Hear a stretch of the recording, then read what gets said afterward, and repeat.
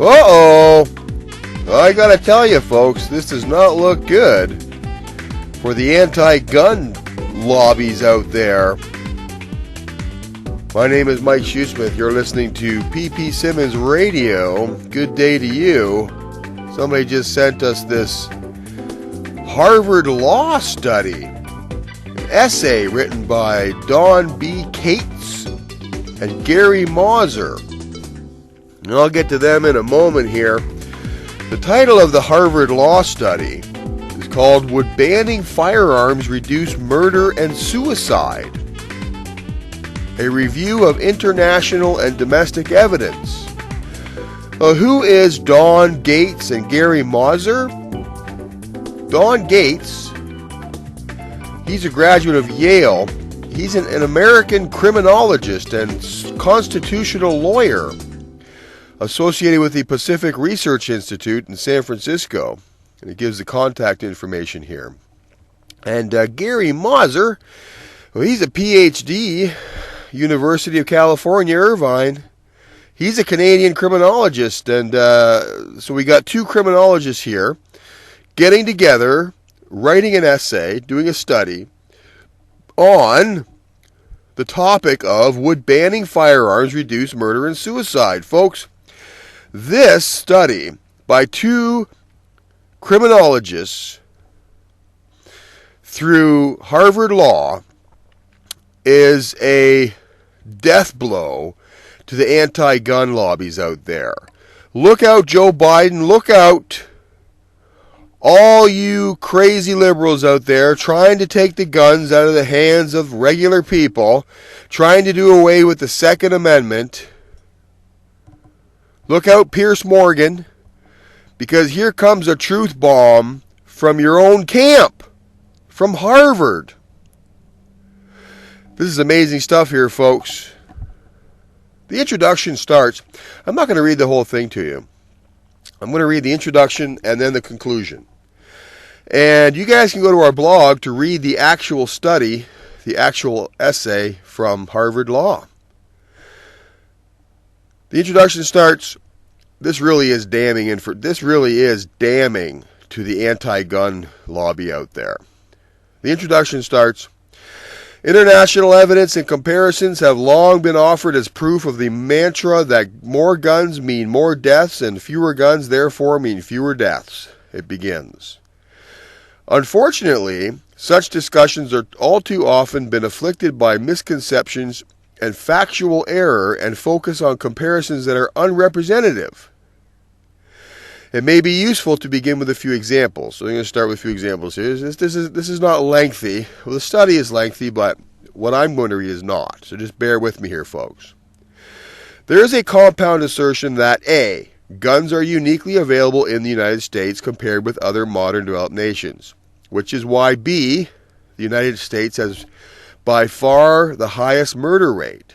Though these assertions have been endlessly repeated, Statement B is in fact false, and Statement A is substantially so.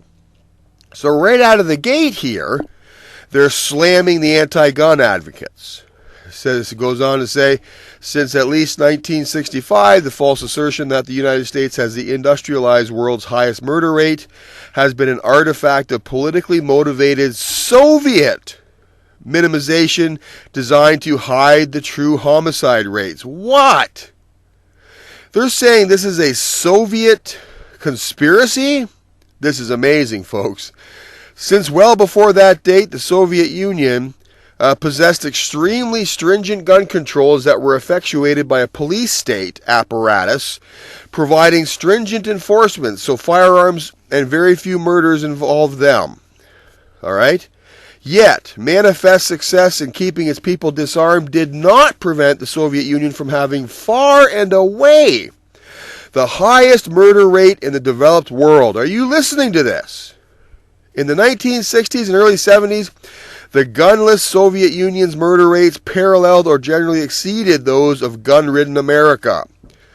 While American rates stabilized and then steeply declined, however, Russian murder increased so drastically that by the early 1990s, the Russian rate was 3 times higher than that of the United States, even though they have no guns. Between 1998 and 2004, Russian murder rates were nearly 4 times higher than the American rates, folks. Similar murder rates also characterize the Ukraine, Estonia, Latvia, Lithuania, and various other now independent European nations of the former USSR.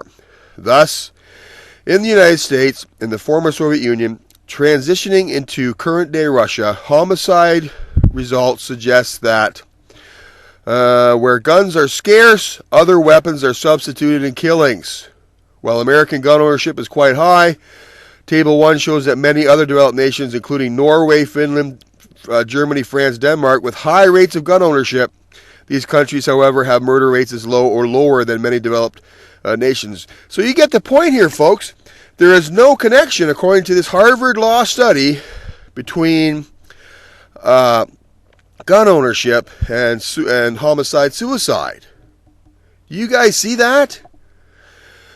You can go to our blog, ppsimmons.blogspot.com, and read the entire study. It's an amazing. This is the death blow to the anti-gun movement. The article concludes. Okay, this is the conclusion of this study. So we're skipping the almost the entire body of evidence here. So if you want to see that, you'll have to go to the blog and hit the link. This article has reviewed, I'll put a link to our article in the description section of this video, and you guys can read it for yourself.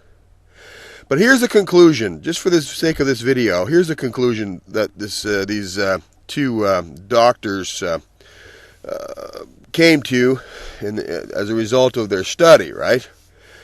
Here's a conclusion. This article has reviewed a significant amount of evidence from a wide variety of international sources. Each individual portion of evidence is subject to cavil. At the very least, the general objection that the persuasiveness of social scientific evidence cannot remotely approach the persuasiveness of conclusions in physical sciences. Nevertheless, the burden of proof rests on the proponents of the more guns equal more death and fewer guns equal less death mantra, especially since they argue public policy ought to be based on that mantra. Wow, these guys make too much sense to be out of Harvard. To bear that burden would at the very least require showing that a large number of nations with more guns have more death, and that nations that have imposed stringent gun controls have achieved substantial reductions in criminal violence or suicide. But those correlations are not observed when a large number of nations are compared across the world. And the study authors end their study with the following, and then the whole thing comes to an end. They say this. Over a decade ago, Professor Brandon Centerwall of the University of Washington undertook an extensive, statistically sophisticated study comparing areas in the United States and Canada to determine whether Canada's more restrictive policies had better contained criminal violence. When he published his results, it was with the admonition, and here's the admonition, folks, and we're going to end this segment with this. If you are surprised by our findings, so are we. We did not begin this research with any intent to exonerate handguns. But there it is, a negative finding, to be sure. But a negative finding is nevertheless a positive contribution. It directs us where to not aim public health resources. So the study ends with, do not aim public health resources to trying to get guns off the streets. It's not going to work.